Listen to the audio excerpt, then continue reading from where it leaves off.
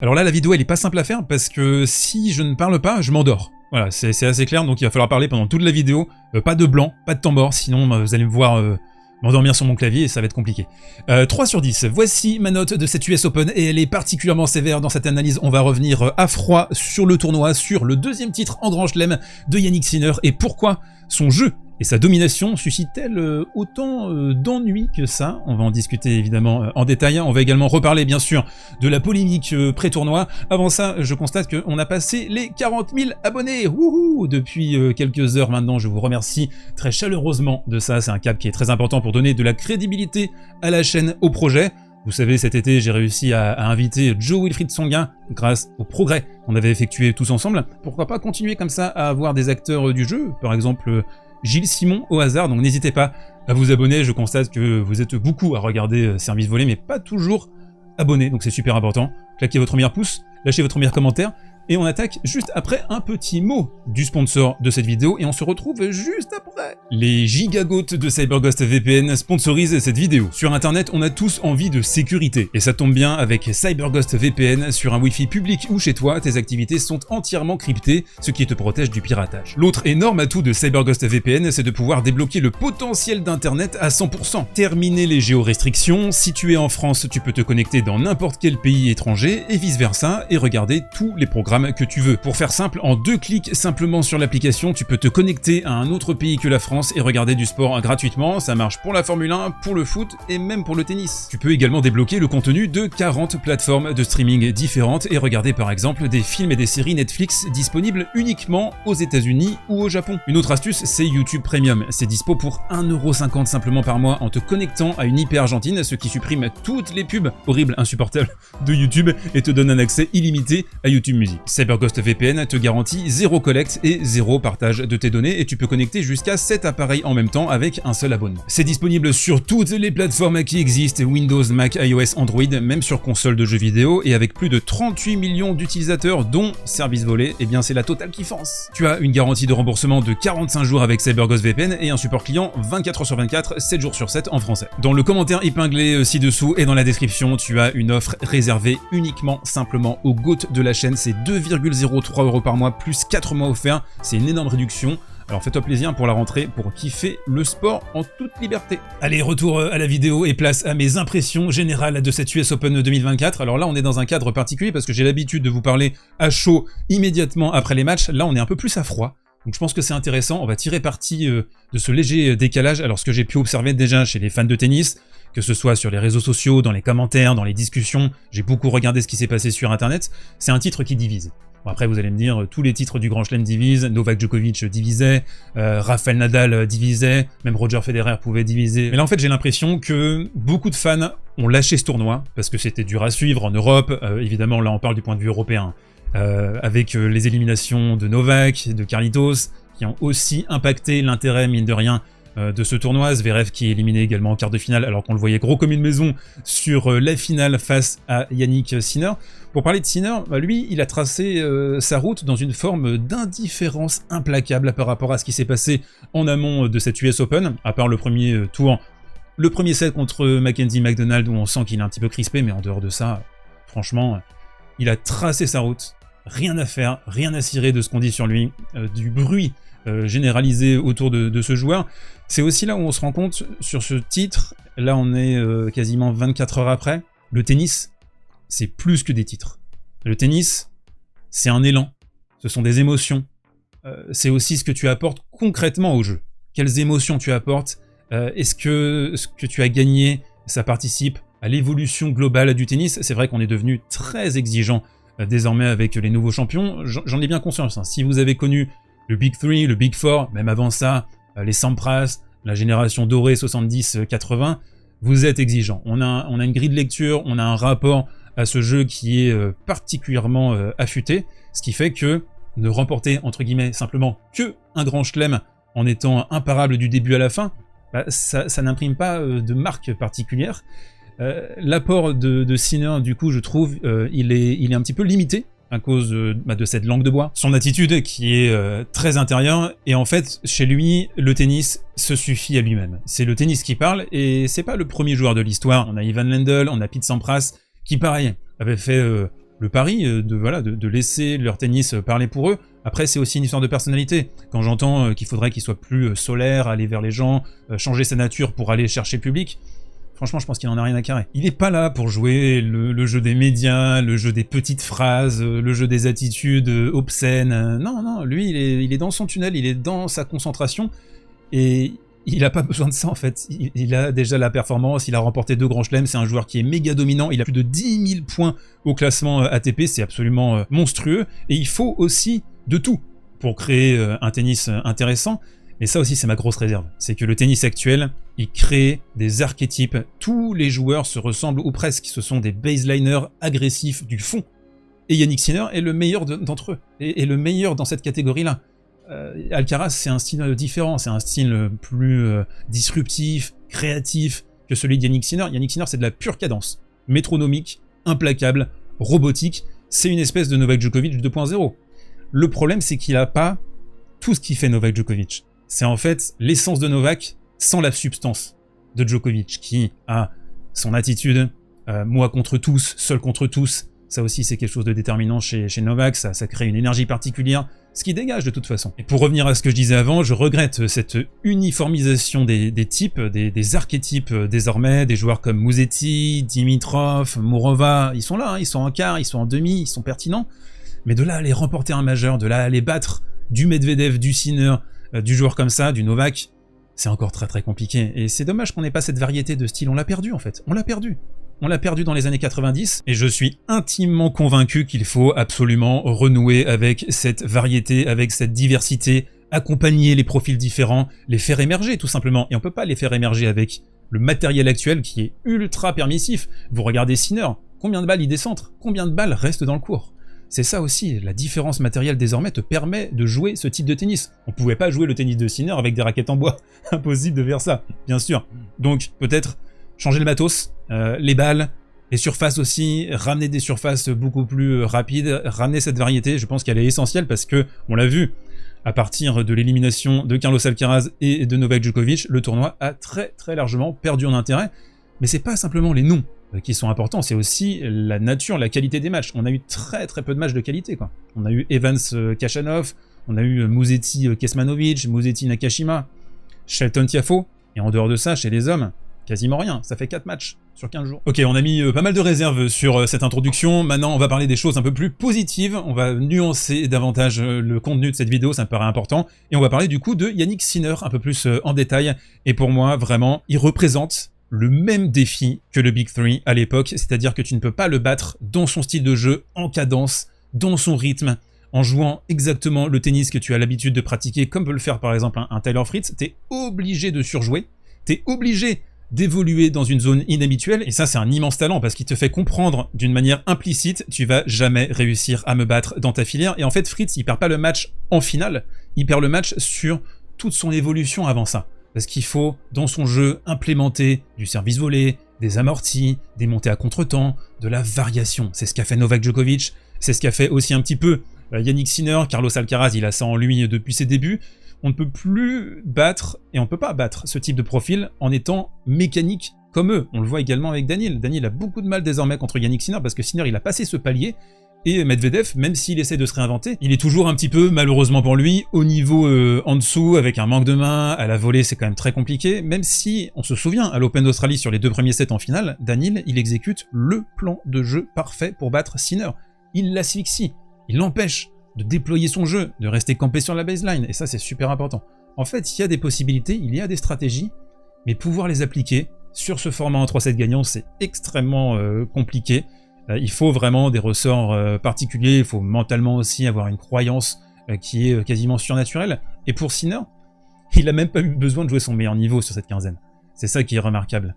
C'est que je trouve que ça frappait quand même beaucoup mieux en début de saison. La limpidité de ses frappes, la perforation de ses frappes, là on entendait, ça boisait quand même pas mal, ça décentrait pas mal. Même si je dis ça, mais on avait quand même une longueur de jeu qui était terrifiante. Tu atteins, à mon sens, une autre dimension quand tu es capable de remporter un grand chelem avec ton niveau moyen exclusivement, ça c'est très très fort.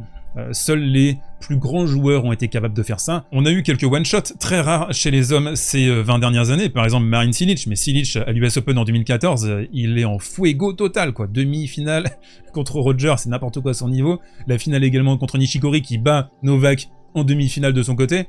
Il y a eu très rarement des anomalies comme ça, mais il fallait être sur un flot de confiance absolument extraordinaire. Donc Sinner, il a jamais eu besoin de dévier de son plan A.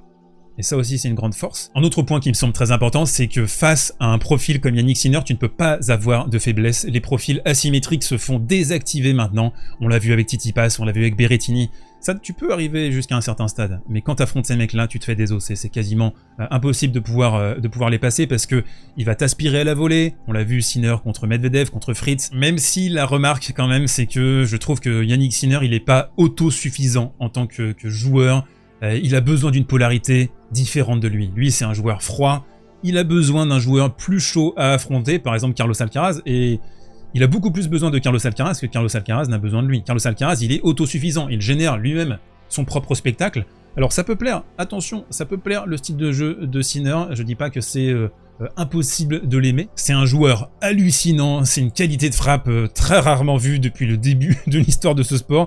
Il a des qualités qui sont fantastiques, mais ça reste quand même par essence un joueur très pragmatique, un joueur qui impose un certain style de jeu avec une longueur. C'est évidemment hyper dur à produire, il n'y a pas de côté facile dans ce qu'il produit, c'est extraordinaire le tennis de Sinner, mais ça reste quand même un tennis qui ronronne, quoi.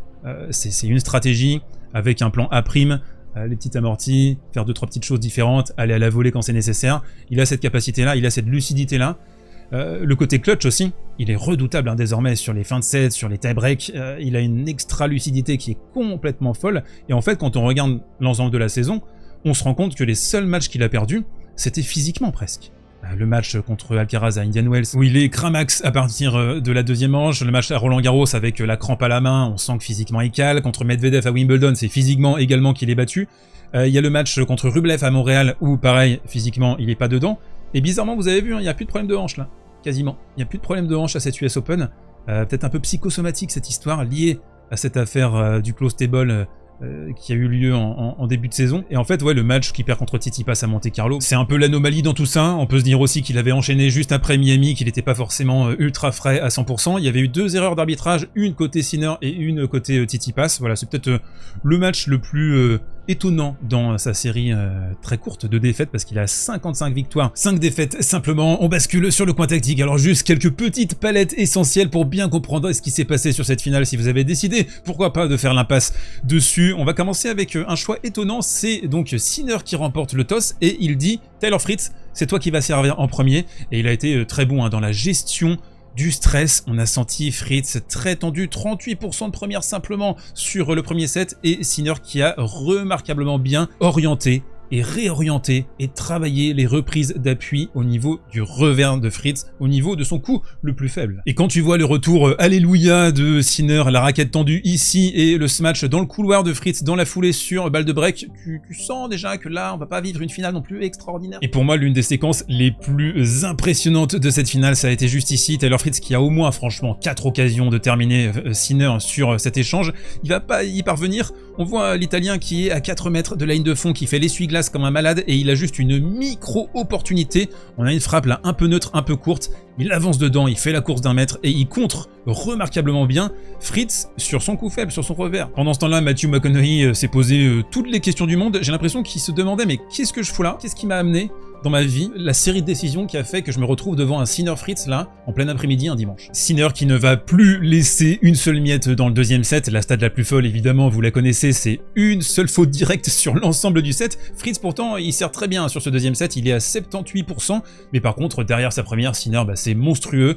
14 sur 14, citadelle imprenable. On est donc sur ce jeu à 5-4, Fritz qui essaye de rester au contact de Sinner. S'il perd le jeu, il perd le set, et c'est là où l'Italien va être super malin, c'est qu'il va utiliser la nouvelle méta en vogue en tennis. Ça existait bien sûr auparavant, mais on le voit beaucoup, je trouve, chez les top players actuellement, c'est la modulation au niveau du retour de service, et notamment derrière la deuxième balle. Ça, on peut penser par exemple à Daniil Medvedev. Donc ici, on a un Sinner qui, sur l'ensemble du match, est là pour retourner la deuxième, ici de temps en temps. Et là, il attend précisément ce moment clé en fin de set, où il sait que Fritz peut éventuellement trembler. Donc déjà, il y a une conscience du rapport de force au niveau mental qui est très élevé. Et aussi, ce qu'il va faire, c'est qu'il va faire un retour.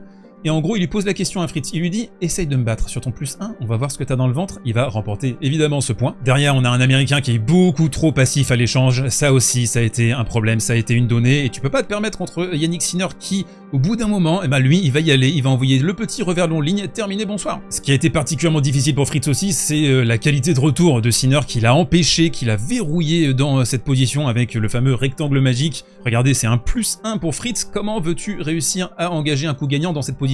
T'es complètement en vrac, t'es en lévitation. L'Américain, on l'a mentionné, qui va juste avoir un petit passage vertueux, c'est quand il va enfin se décider à varier, à être un petit peu plus disruptif ici. Alors il fait une amortie, mais tu vois au niveau du geste qu'il n'est pas du tout habitué à faire ça, et pourtant ça va passer. Lob derrière dans la foulée, et il va réussir à breaker avec un Sinner qui sert pas super bien dans le troisième. Sinner qui va débreaker à 5-4 avec une séquence qu'on avait vue déjà lors du match contre Daniil Medvedev, petite amortie, et derrière on aspire le joueur à la volée qui n'aime pas forcément trop ça, et derrière on va le fusiller sur un passing, et ça c'est pareil, c'est une volée qui est logiquement jouable pour un top 10. Comme celle-là, tu sers pour éventuellement un tie-break dans le troisième set, tu vas caviarder cette volée haute. Très compliqué forcément de rester au contact de Sinner qui va s'imposer quelques instants après. C'est l'heure du mot de la fin de cette vidéo, merci déjà de l'avoir regardé jusqu'à ce stade.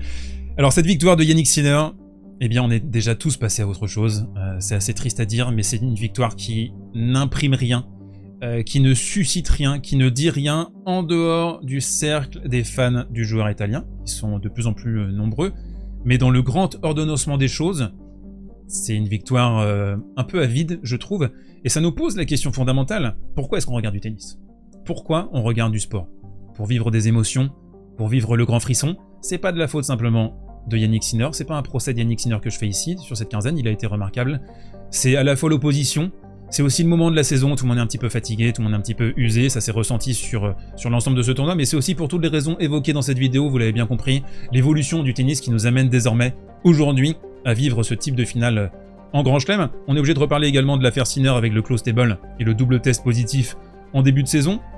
Et quoi qu'on en dise, malheureusement, c'est une tâche. Qu'on croit en son innocence, qu'on croit en la chaîne de contamination, d'avoir ton numéro 1 mondial qui est pris dans une affaire comme ça, qui a été caché pendant 5 mois, même si manifestement c'est la procédure, et qui sort une semaine avant un US Open qu'il remporte, au niveau de la chaîne d'événements, c'est pas bon pour le tennis. Je trouve que c'est pas bon. Alors, certains vont dire, oui, la victoire efface tout.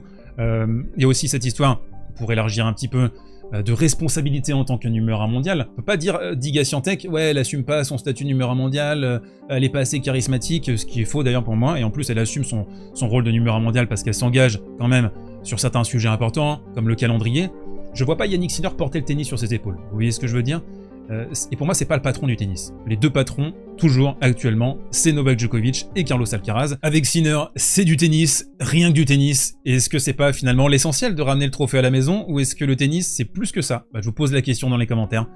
Est-ce qu'on peut, entre guillemets, se satisfaire du résultat, d'une domination implacable, ou est-ce que on regarde du tennis pour d'autres raisons? Voilà, je vous laisse là-dessus. Il était temps que ça se termine tout ça. C'est un luxe grandiose, hein. C'est génial de pouvoir parler de tennis, d'avoir autant de personnes qui regardent mes vidéos, ça me fait plaisir, ça me touche beaucoup, je dois vous l'avouer, c'est fou hein, d'avoir de plus en plus de gens qui regardent les contenus, mais c'est aussi, mine de rien, là par exemple sur cette US Open, après l'enchaînement Roland, Wimbledon, JO, ça tire un petit peu. Donc je vais aller me reposer, j'espère que vous avez kiffé le contenu en tout cas, et on continue la conversation par écrit désormais dans les commentaires, et je vous retrouve très vite pour de nouvelles aventures. Un grandiloquent merci à CyberGhost VPN d'avoir sponsorisé cette vidéo. CyberGhost VPN te garantit une navigation en toute sécurité sur internet, de 1, et de 2, te permet de faire sauter toutes les géorestrictions pour simplement 2,03 € par mois. Fais-toi kiffer, mon très cher.